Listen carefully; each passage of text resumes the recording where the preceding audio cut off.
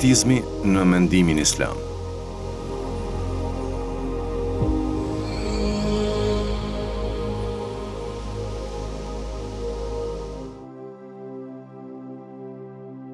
Paprekshmëria e njeriut në islam.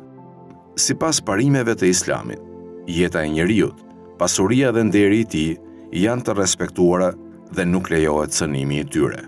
Allahu i madhëruar thot: "Prandaj ne i urdhëruam bijtë e Izraelit se kush vret ndokënd që s'ka vrarë njeri ose që nuk ka bërë çrregullime në tokë, është sikur të ketë vrarë të gjithë njerëzit, dhe nëse dikush shpëton një jetë, është sikur të ketë shpëtuar jetën e krejt njerëzve. Të dërguarit tan u sollën shenja të qarta, por shumë nga ata edhe pas kësaj i kaluan tërkufit me të këqija në tokë.